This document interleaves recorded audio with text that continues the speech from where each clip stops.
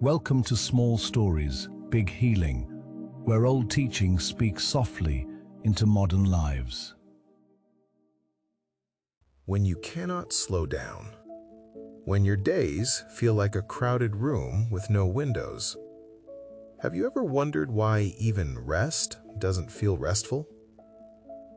Sometimes we think we need more strength, more discipline, more hours. But what if what you truly need is space? Once upon a time, there was a young man named Jonathan who lived in a city that never seemed to blink. Every morning he woke before the sun. Every evening he returned after the streetlights had already lit the sidewalks like thin, tired stars. He worked hard. People praised him for it. "You're dependable," his manager would say. "You're going places," his friends would tell him. And yet, Jonathan felt something strange growing inside him. Not pride, but a quiet tightness. It lived in his chest like a hand that never unclenched. Even when he sat down to eat, his mind chewed faster than his mouth. Even when he lay in bed, his thoughts marched on like footsteps in a hallway. One night, Jonathan stared at his ceiling and whispered into the dark, "Why do I feel like I can't breathe, even when nothing is chasing me?" The next day, his body finally answered for him. In the middle of a normal afternoon, his vision blurred. The office sounds grew distant, as if someone had lowered the world's volume. His heart raced, not with excitement, but with alarm. He stood quickly, too quickly, and had to catch himself on a chair. A coworker asked, "Are you okay?" Jonathan wanted to say yes, but his voice came out smaller than he expected. "I don't know." That evening, he didn't go home. He walked, without direction, until the concrete gave way to a quieter road at the edge of the city. There, beyond the last row of buildings, a narrow path led to a small bamboo grove beside a slow-moving river. The air felt different there. Not dramatic, not magical, just less crowded. And as Jonathan wandered between the tall bamboo stalks, he saw a warm light ahead, a little lantern near a wooden hut. Outside the hut sat an elderly woman on a stool, calmly trimming bamboo with a small blade. Her hands moved slowly, like they had nowhere else to be. Jonathan hesitated. The woman didn't look up right away. Instead, she said gently, as if she had been expecting him, "You're walking like someone who has forgotten how to arrive." Jonathan blinked. "I'm sorry, I didn't mean to intrude." Now she looked up, her eyes kind, steady, unhurried. "You didn't intrude. You drifted here. That's different." He swallowed. "I don't know what's wrong with me." The woman set her blade down. "My name is Inez," she said. "Come, sit where the river can see you." Jonathan sat on a smooth stone nearby. The river beside them moved quietly, as if it had all the time in the world. Inez asked, "What do you do every day?" Jonathan answered quickly, like he was listing items in a cart. "I work, I help, I plan, I answer messages, I solve problems, I keep up." "And when do you stop?" she asked. Jonathan opened his mouth, then closed it. Inez nodded, not surprised. "Tell me," she said, "when a cup is full, what happens if you keep pouring?" "It overflows," Jonathan replied.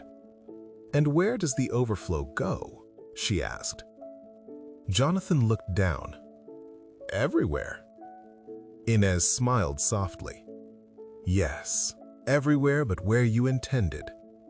Then she reached beside her and lifted a piece of bamboo, freshly cut. "Do you know why bamboo makes such a beautiful flute?" she asked. "Because it's strong?" Jonathan guessed. Inez shook her head. "Because it's hollow." Jonathan frowned slightly. She held the bamboo up to the lantern light. "Strength makes it stand," she said, "but emptiness makes it sing." "Most people fear emptiness," Inez continued. "They fill every quiet moment, they fill every pause, they fill every breath, and then they wonder why they feel suffocated." Jonathan stared at the bamboo in her hands. He felt something in him loosen, just a little, like a knot realizing it might be untied. "But I can't just stop," he said. "If I slow down, everything falls behind." Inez picked up her blade again and began to carve, slowly. "Come," she said, "help me."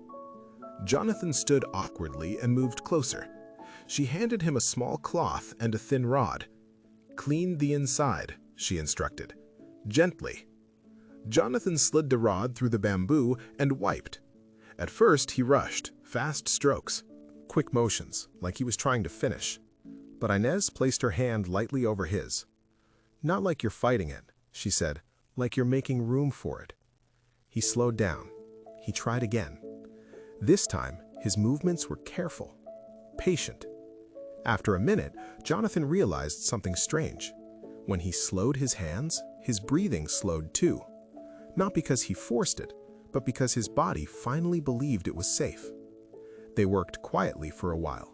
The bamboo grove creaked softly above them. The river made a sound like a long exhale. Finally, Jonathan spoke. "Why do I feel guilty when I rest?" he asked. Inez didn't answer right away. Then she said, "Because somewhere along the way, you learned that your value comes from being useful." Jonathan stared at the ground as if the truth had weight. "But usefulness is not the same as worth," Inez continued. "A lamp is useful, yes, but even when the lamp is off, it still exists. It still matters." She placed the bamboo down and looked at him. "Tell me, Jonathan," she asked gently, "when was the last time you did nothing and didn't punish yourself for it?" Jonathan searched his memory like a person searching an empty drawer. "I don't know," he admitted. Inez nodded again, as if hearing a familiar story. "Then tonight," she said, "we will practice something simple." She stood and walked to the riverbank. Jonathan followed. Inez crouched, cupped her hands, lifted river water, then let it fall back. "Watch," she said. Jonathan watched. "The river moves," she said, "but it does not rush. It does not sprint to prove it is worthy of being water. It flows, it bends, it accepts curves." Then she pointed to a small branch trapped between stones at the river's edge. "See that branch?" she asked. "It's stuck because it refuses to move with the current. It clings, and so it suffers." Jonathan felt the words land in him. Inez turned to him. "Now you." He crouched and scooped water. It slipped through his fingers instantly. He looked up, confused. Inez smiled. "You cannot hold it," she said, "and yet it is still enough to cool your hands." Then she asked him, "Do you think your life must be held tightly to be lived well?" Jonathan didn't answer, because for the first time, he wasn't sure. That night, Inez invited Jonathan to sit beside the hut while the lantern flickered. She placed the half-carved bamboo flute between them. "We'll finish it tomorrow," she said.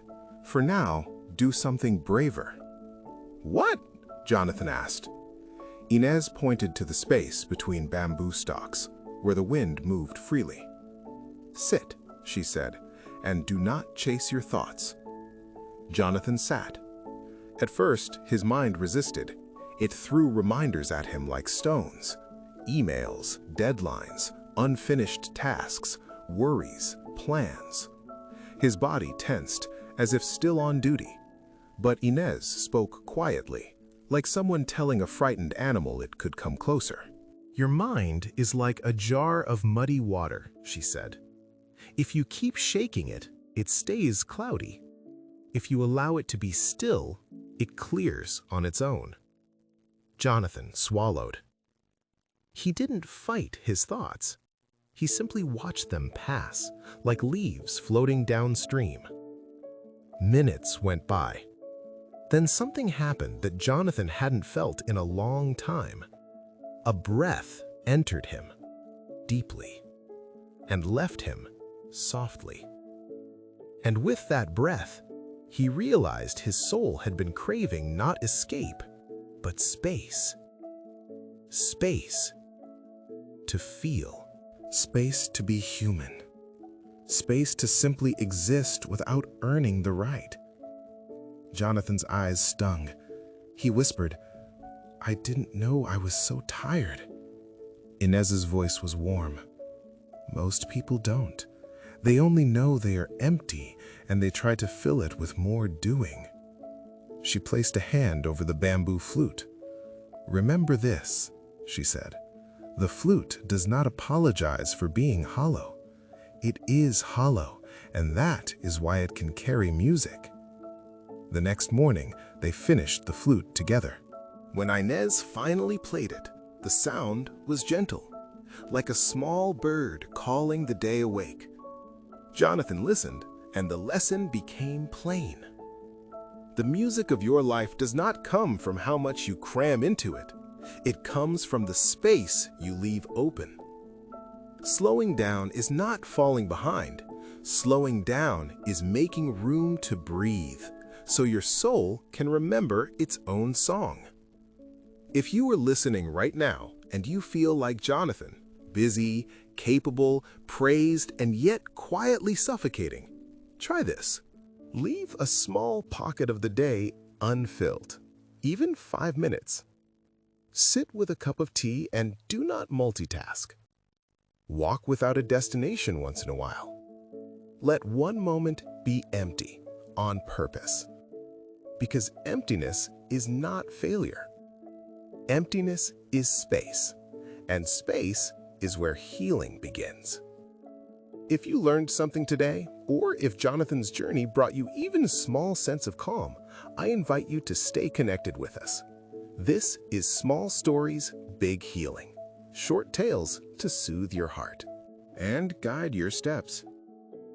If this story should reach more people who are struggling with slowing down, please don't forget to like this video, share it with someone who might need this reminder, and comment below, what does slowing down mean to you?